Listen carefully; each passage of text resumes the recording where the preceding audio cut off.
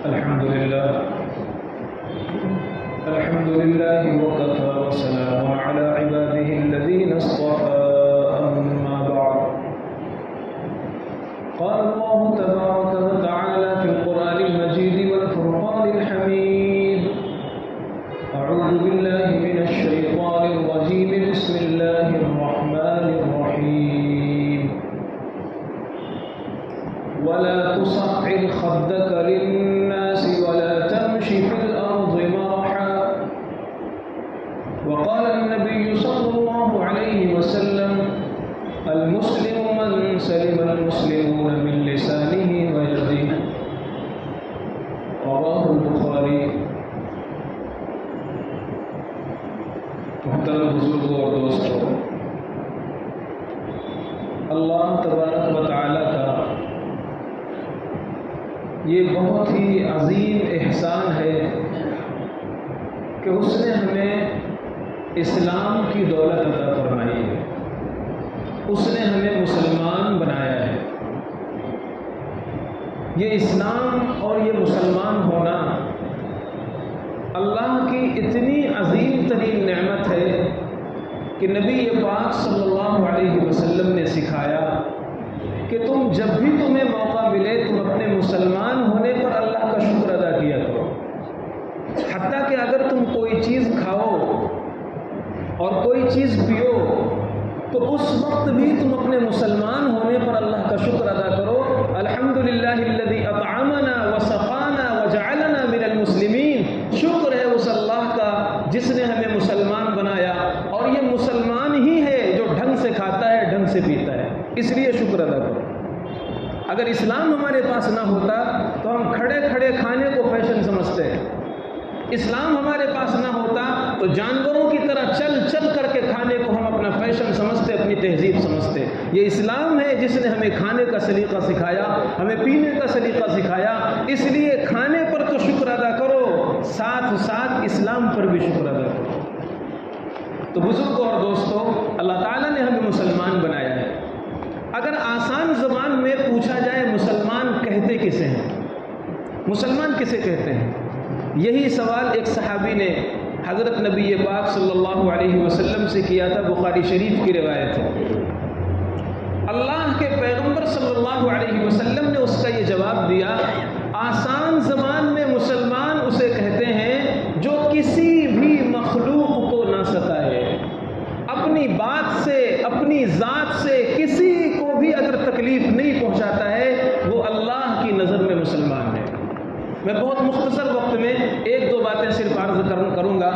ایک انسان سے دوسرے انسان کو جو تکلیف پہنچتی ہے وہ دو وجہوں سے پہنچتی ہے، دو ہی طریقے ہو سکتے ہیں تکلیف پہنچانے کے، ایک ذات اور ایک بات۔ ایک ذات، باڈی لینگویج، اسٹائل، طور طریق، اپنے آپ سے تکلیف پہنچانا، اپنی ذات سے تکلیف پہنچانا، اللہ تعالیٰ نے قرآن میں اس سے بھی منع فرمایا ہے، اور بات سے تکلیف پہنچانا اس سے بھی منع فرمایا ہے۔ قرآن پاک اصول کی کتاب ہے، قاعدوں کی کتاب ہے، بہت چھوٹی چھوٹی چیزیں اس میں نہیں بیان کی جاتی ہیں، لیکن جب ایک انسان کو اور ایک مسلمان کو تکلیف پہنچانے کا قرآن نے ذکر فرمایا ہے، اتنی معمولی بات ذکر کی ہے کہ حیرت ہوتی ہے۔ خطبے میں نے آیت پڑھی، اللہ تبارک و تعالیٰ نے ارشاد فرمایا وَلَا تُصَعِّرْ خَدَّكَ لِلنَّاسِ، لوگوں کے سامنے منہ بگاڑ کر بات مت کرو، لوگوں کے سامنے منہ مت بناؤ۔ جیسے کسی کو دیکھ کر ناگواری کا چہرہ انسان بناتا ہے، کسی کو دیکھ کر تھوڑا سا منہ بنا لیتا ہے، اللہ نے اس سے بھی منع فرمایا ہے۔ مارنا دور کی بات ہے، تکلیف پہنچانا دور کی بات ہے، اور اپنے ہاتھ سے اپنے اعضاء سے کچھ کرنا یہ بہت آگے کی چیز ہے۔ قرآن ہمیں اس سے منع کرتا ہے کہ اگر تمہارے منہ بگاڑنے سے سامنے والے کو تکلیف پہنچتی ہے یہ بھی حرام ہے۔ اللہ تبارک و تعالیٰ نے دوسری جگہ ارشاد فرمایا قولوا للناس حسنا، بات سے جو تکلیف پہنچتی ہے وہ کسی بھی طریقے کی بات ہو سکتی ہے، لیکن مسلمانوں تمہارے اوپر لازم ہے۔ اور عجیب بات ہے، یہاں پر قرآن نے قولوا للمسلمین نہیں فرمایا، قولوا للناس۔ وہ اسلام کا ماننے والا ہو، کسی بھی ریلیجن اور کسی بھی دھرم سے اس کا تعلق ہو، وہ عام انسان ہو، لیکن ایک مسلمان کا فریضہ یہ ہے کہ اس کی بات ایسی ہونی چاہیے کہ اس کا دل نہ دکھے۔ قولوا للناس حسنا، اے مسلمانوں، اے انسانوں، جب تم لوگوں سے بات چیت کیا کرو ایسے انداز سے، ایسی میٹھی میٹھی پیاری پیاری باتیں کیا کرو کہ سامنے والے کے دل میں سوراخ نہ ہو جائے، سامنے والے کا دل جھلی نہ ہو جائے۔ یہ سکھایا ہمیں، دو چیزیں قرآن نے ہمیں سکھلائی ہیں، ایک تو ہماری ذات سے بھی تکلیف نہ پہنچے اور ایک ہماری بات سے بھی تکلیف نہ پہنچے۔ اب بخاری شریف کی اس حدیث کو دیکھیے، ایک صحابی آئے، یا رسول اللہ مسلمان کون ہے؟ یا رسول اللہ مسلمان کون ہے؟ المسلم من سلم المسلمون من لسانہ و یدہ، مسلمان وہ ہے جس کی ذات سے دوسروں کو تکلیف نہ پہنچے، جس کی بات سے دوسروں کو تکلیف نہ پہنچے۔ المسلم، مسلمان وہ ہے جس کے ہاتھ سے مراد ذات سے، جس کی زبان سے مراد بات سے، کسی بھی طریقے سے اگر کوئی انسان دوسرے کو تکلیف نہیں پہنچاتا ہے وہ مسلمان ہے۔ ایک اور موقع ہے، ایک صحابی ہے، یا رسول اللہ مومن کسے کہتے ہیں؟ مومن کسے کہتے ہیں؟ مسلمان کے بارے میں نے بتلایا، مسلمان اور مومن ایک ہی چیز ہے۔ مومن کسے کہتے ہیں؟ من امنہ الناس ووائقہ، لوگ اس کی شرارتوں سے محفوظ ہو جائیں، لوگ اس کی تکلیفوں سے محفوظ ہو جائیں، لوگ اس کی غلط حرکتوں سے محفوظ ہو جائیں، وہ مسلمان ہے۔ آج ہماری صورتحال یہ ہے کہ ہم تکلیف پہنچانے کو گناہ سمجھتے ہی نہیں۔ ہماری حرکتوں سے اور ہماری باتوں سے کتنے لوگوں کا دل دکھ جاتا ہوگا، ہمارے ایک کمنٹ سے اور ہمارے ایک بول سے، ہمارے ایک میسج سے، ہماری ایک فوٹو شیئر کرنے سے اور ہمارے انٹری کرنے سے، گھر میں آنے سے، چلنے سے، پھرنے سے، روڈ میں گاڑیاں دوڑانے سے کتنے لوگوں کو تکلیفیں پہنچتی ہیں، ہمیں صبح سے شام تک اس کا خیال تک بھی نہیں آتا۔ پڑھیے حدیث ہے، اللہ کے نبی صلی اللہ علیہ وسلم، امی عائشہ رضی اللہ تعالی عنہ کی روایت ہے، گھر میں آپ داخل ہوتے ہیں، حضرت عائشہ رضی اللہ تعالی عنہ فرماتی ہیں پیغمبر اتنا آہستہ سے سلام کرتے تھے، اگر میں جاگی ہوتی تو کان میں آواز آتی اور اگر میں سو رہی ہوتی تو آپ کے سلام سے میری نیند نہیں کھلتی۔ سکھایا نبی پاک صلی اللہ علیہ وسلم نے، گھر میں اس انداز سے رہو، گھر میں اس طرح انٹری کیا کرو، گھر میں اس طرح داخل ہوا کرو کہ تمہارے انٹری کرنے سے، تمہارے داخل ہونے سے کسی کو تکلیف نہ پہنچے۔ اب ہمارا حال یہ ہے، گئے رات میں گھومنے کے لیے، دعوتیں اڑا رہے ہیں، ادھر ادھر جا رہے ہیں، 2 بجے عورتیں گھر کی کام کاج کر کے، بچوں کو سلا کر کے آرام سے تھوڑی دیر کے لیے سونا چاہتی ہیں، ہم اس انداز سے گھر میں داخل ہوتے ہیں، کسی کی نیند کھلے ہمیں کیا پرواہ ہے، کسی کو نیند نہ آئے ہمیں کیا پرواہ ہے۔ یہ محمد الرسول اللہ کا طریقہ نہیں ہے، یہ مسلمان کا طریقہ نہیں ہے۔ اللہ کے نبی صلی اللہ علیہ وسلم نے ایک خاتون کا ذکر فرمایا، یہ حدیث مسلم شریف کے اندر لکھی ہوئی ہے۔ اللہ کے نبی صلی اللہ علیہ وسلم نے فرمایا ایک خاتون تھی، بڑی عبادت گزار تھی، حدیث کے الفاظ ہیں تذکر من صیامہا وصلاتہا، اس کی نمازوں کے چرچے تھے۔ میں آپ حضرات سے پوچھنا چاہتا ہوں، اگر کوئی 5 وقت کی صرف نماز پڑھتا ہو تو کیا اس کی نماز کے چرچے ہوں گے؟ نہیں، وہ تو نارمل سب پڑھتے ہیں، 5 وقت کی نماز تو سب پڑھتے ہیں، 5 وقت کی نماز میں کوئی چرچا نہیں ہوگا۔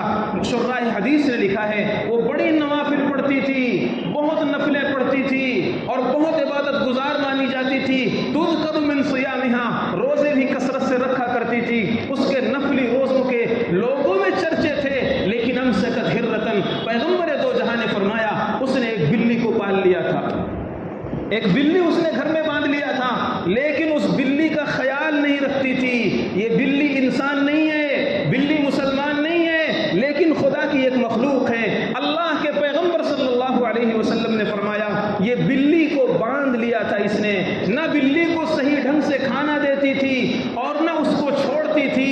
انجام یہ ہوا کہ بلی بھوک سے ایک دن مر گئی۔ اللہ کے پیغمبر صلی اللہ علیہ وسلم نے فرمایا میں نے اس خاتون کو جہنم میں معراج کے سفر میں جلتے ہوئے دیکھا ہے۔ یہ مسلم شریف کی حدیث ہے، اس خاتون کے بارے میں تذکر من صیامہا وصلاتہا، جس کی عبادتوں کے چرچے لوگوں میں تھے۔ ہم اپنی نمازوں پر، اپنی تلاوت پر، اپنی عبادتوں پر مطمئن ہو جاتے ہیں، گاڑی ہم کہیں بھی پارک کر دیں گے، آنے جانے والوں کو تکلیف ہو رہی ہے، ہمیں کیا پرواہ ہے۔ نہیں، اللہ کے پیغمبر صلی اللہ علیہ وسلم، یہ بھی صحیح حدیث ہے، اللہ کے نبی صلی اللہ علیہ وسلم نے فرمایا تم میں سے کوئی کسی جھاڑ کے نیچے، کسی درخت کے نیچے، کسی سائے میں پیشاب اور پیخانہ نہ کرے۔ کیوں؟ اس لیے کہ اس سائے میں کوئی مسافر تھکا ہوا آرام کرنے کے لیے بیٹھے گا، وہ پیشاب کی غلاظت دیکھ کر، بیت الخلا کی غلاظت دیکھ کر کے وہ اس کو تکلیف ہو جائے گی اور وہ نہیں بیٹھ پائے گا، آرام نہیں کر پائے گا۔ پیغمبر نے یہ بھی سکھلایا کہ تکلیف دینے کے وہ طریقے جو دور دور تک تکلیف پہنچا سکتے ہوں ایک مسلمان کی شایع نشان نہیں ہے۔ پیغمبر نے یہ بھی فرمایا اماطۃ الاذى عن الطریق، ایمان کے بضع و سبعون شعبہ، ایمان کے بہت شعبے ہیں، یہ بھی ایمان کا حصہ ہے۔ اگر تم راستے میں کوئی تکلیف دینے والی چیز دیکھو، کوئی ڈائپر دیکھو، کوئی گندگی دیکھو، کوئی کانٹا دیکھو، کوئی پتھر دیکھو، کوئی لکڑی دیکھو، کوئی چیز دیکھو، تم اسے سائڈ کر دیا کرو تاکہ تمہارے اس عمل سے دوسرا تکلیف سے بچ جائے گا۔ اے مومنو، یہ ایمان کا حصہ ہے۔ اور ہمارا حال یہ ہے کہ ہم نے روڈ میں خون آ گیا کسی کا مثال کے طور پر اور خالی ہے، دوسری جگہ آرام سے پارک کر سکتے ہیں، لیکن ایسے انداز سے گاڑی کھڑی کر لیا، اب پیچھے لوگوں کو تکلیف ہو رہی ہے۔ دکان میں ہمیں چائے پینا ہے، کچھ کام کرنا ہے، ہم نے گاڑی ایسے انداز سے پارک کیا، دوسروں کو تکلیف ہو رہی ہے۔ بلا وجہ ہارن بجا رہے ہیں، دوسروں کو تکلیف ہو رہی ہے۔ ایسے تکلیف کے شعبے ہیں اور اس انداز سے ہو رہے ہیں کہ ہمیں پتہ ہی نہیں چلتا ہے، ہمیں معلوم ہی نہیں ہوتا ہے۔ بہت سے حضرات نماز پڑھنے کے لیے آتے ہیں، راستے میں نیت باندھ لیا، ایسی جگہ نیت باندھ لیا جہاں سے گزر گئے۔ اب ایک بندہ ہے، پیچھے سے راستہ بھی نہیں ہے، آگے سے جا بھی نہیں سکتا، اب وہ بے چین ہو رہا ہے، مچل رہا ہے، نکلوں نہ نکلوں، نہیں نکلتا، میرا کام چھوٹ رہا ہے، مجھے تکلیف ہو رہی ہے۔ یاد رکھیے، مینٹلی تکلیف اور فزیکلی تکلیف، جسمانی تکلیف بھی تکلیف ہے، ذہنی تکلیف بھی تکلیف ہے۔ آج ہوتا یہ ہے کہ ہم اپنے گھروں میں کچھ بھی بول دیتے ہیں، کیسے بھی انداز سے گفتگو کر لیتے ہیں، تانے دے دیتے ہیں اور ہم سوچتے ہیں کہ ہم نے کیا کہا، ایک بات ہی تو کہہ دیا۔ جراحات السنان لها التیام ولا یلتام ما جرح اللسان، یاد رکھیے تلواروں کے زخم بھر جاتے ہیں، بات کا زخم نہیں بھرتا ہے۔ ہم نے تانا دے دیا اور ہم نے سوچا ختم ہو گیا۔ ما یلفظ من قول الا لدیہ رقیب عتید، کیا ختم ہو جاتا ہے؟ کچھ ختم نہیں ہوتا، کچھ ختم نہیں ہوتا۔ یہ جو بول ہے اللہ تبارک و تعالیٰ نے فرشتوں کو بٹھا رکھا ہے، یہ بول ریکارڈ کر لیے جاتے ہیں، کیا ختم ہوتا ہے؟ اس لیے ہم اپنے آپ سے دوسروں کو بچائیں تکلیف سے۔ ہم یہ سوچیں ایک دن ہم ایسا گزاریں گے جس دن ہم سوچیں گے کہ ہماری کسی اسٹائل سے، کسی حرکت سے، کسی بات سے، کسی انداز سے ذرہ برابر کسی مسلمان کا، بلکہ کسی انسان کا، بلکہ کسی مخلوق کا دل نہ دکھے، اللہ کی کسی مخلوق کا دل نہ دکھے۔ ایک بات سناتا ہوں، ہمارے اکابرین کا کیا مزاج تھا۔ حضرت مفتی شفیع صاحب رحمۃ اللہ علیہ، جنہوں نے معارف القرآن لکھی ہے، جن کے بیٹے حضرت مفتی تقی عثمانی صاحب دامت برکاتہم، وہ لکھتے ہیں کہ ایک مرتبہ حضرت والد صاحب یعنی مفتی شفیع صاحب رحمۃ اللہ علیہ بیمار تھے، آخری بیماری تھی اور کافی دراز بیماری ہو گئی تھی۔ ایک دن حضرت نے، ان کے بچے بیٹھے ہوئے تھے، حضرت نے بلایا، سب بیٹھے ہوئے تھے، باتیں ہو رہی تھیں۔ حضرت مفتی شفیع صاحب رحمۃ اللہ علیہ نے فرمایا، میرے دل میں یہ تمنا آتی ہے کہ میں اللہ سے دعا کروں کہ میری روح رمضان کے مہینے میں پرواز ہو۔ رمضان قریب تھا، میں اللہ سے یہ دعا کرنے کی میرے دل میں یہ تمنا آتی ہے کہ میرا انتقال رمضان کے مہینے میں ہو، تاکہ رمضان کی برکتیں ہیں۔ حدیث موجود ہے، جو رمضان میں انتقال کرتا ہے اللہ اس کا حساب نہیں لیتا، جمعہ کے دن جس کا انتقال ہوتا ہے اللہ اس کا حساب نہیں لیتا۔ فضیلت ہے۔ حضرت مفتی شفیع صاحب رحمۃ اللہ علیہ فرماتے ہیں کہ میرا دل تو یہ کرتا ہے اس فضیلت کی وجہ سے کہ میں تمنا کروں، دعا کروں، اللہ مجھے رمضان کی موت نصیب فرما، لیکن پھر میرے دل میں یہ خیال آ جاتا ہے کہ اگر میں رمضان میں انتقال کروں گا تو روزہ رکھ کر میری تجہیز و تکفین کا لوگ انتظام کریں گے، روزہ رکھ کر میری قبر کھدائی کا انتظام کریں گے، اگر رات میں تدفین ہوتی ہے تو دن بھر کے تھکے ماندے تراویح میں خدا کا قرآن سننے کے بعد پھر میری تجہیز و تکفین کا انتظام ہوگا۔ میں یہ سمجھتا ہوں کہ رمضان کی موت اگرچہ فضیلت کی ہے، لیکن اس کے انتظام میں قبر تک لے جانے میں میرے ورثہ کو، میرے لوگوں کو، میرے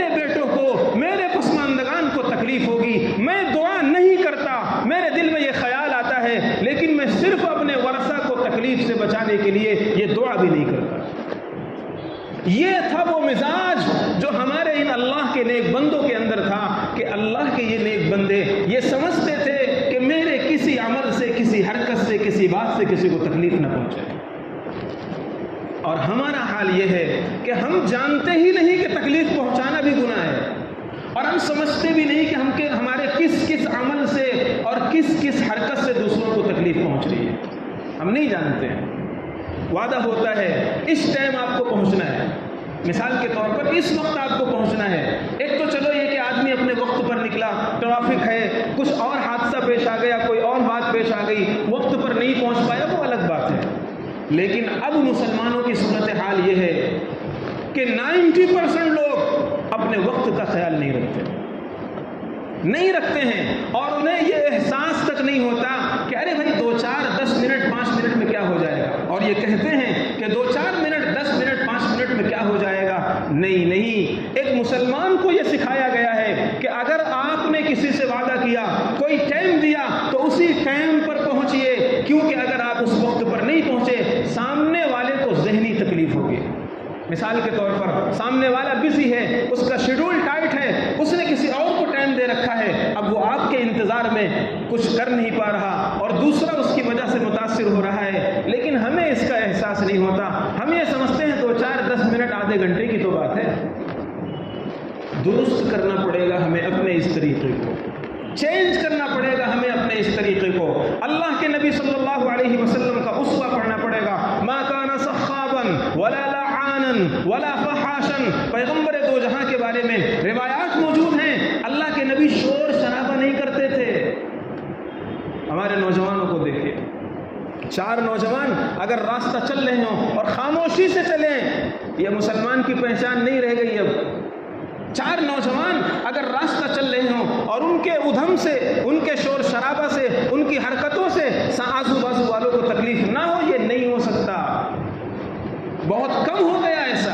اللہ کے نبی صلی اللہ علیہ وسلم کی یہ صفت تورات کے اندر موجود ہے، کتابوں میں موجود ہے۔ آخری نبی جو آئیں گے وہ بازاروں میں بیٹھنے والے نہیں ہوں گے، نکڑوں میں گپ شپ کرنے والے نہیں ہوں گے۔ یہ اللہ کے نبی کی صفات بیان کی گئی ہیں تورات کے اندر، مسند احمد کے اندر حدیث موجود ہے۔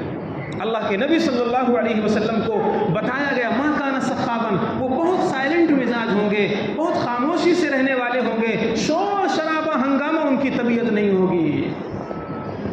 اور آج بالکل صورتحال بدل گئی۔ ایک مسلمان جو اپنے نبی کی سیرت اور کردار کا نمونہ ہونا چاہیے، اسے نہیں معلوم کہ کس کس عمل سے دوسروں کو تکلیف پہنچ سکتی ہے۔ کہیں ہم انٹری کرتے ہیں، کہیں گھر جاتے ہیں، مثال کے طور پر کسی کے گھر پہ گئے، گھر پہ جانے کا طریقہ روایات میں موجود ہے۔ اللہ کے نبی صلی اللہ علیہ وسلم کیسے کسی کے گھر میں جایا کرتے تھے؟ ہم نے بیل بجایا، 1 2 سیکنڈ بھی نہیں رکیں گے، پھر بیل بجائیں گے، پھر 2 4 سیکنڈ رکیں گے، پھر ارے کم سے کم 1 بیل بجانے کے بعد اتنا وقت دیجئے کہ اگر وہ وضو کر رہا ہو تو وضو سے فارغ ہو جائے، اگر وہ باتھ روم میں ہو تو باتھ روم سے فارغ ہو جائے۔ اللہ کے نبی صلی اللہ علیہ وسلم جب کسی صحابی کے گھر جاتے تھے، 1 سلام کرتے، تھوڑی دیر وقفہ کرتے، پھر دوسرا سلام کرتے، پھر وقفہ کرتے، پھر تیسرا سلام کرتے، پھر وقفہ کرتے، اگر اندر سے آواز نہیں آتی آپ واپس ہو جاتے۔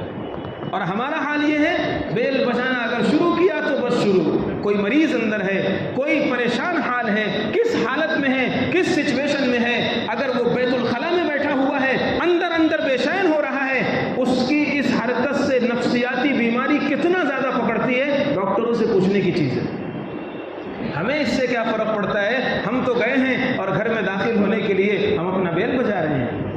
اس لیے بزرگوں اور دوستوں، اسی طرح اگر ہم فون کرتے ہیں کسی کو، فون کیا مثال کے طور پر اس کا بزی ہے یا اس نے نہیں اٹھایا، فون پہ فون، فون پہ فون، فون پہ فون، کیا طریقہ ہے؟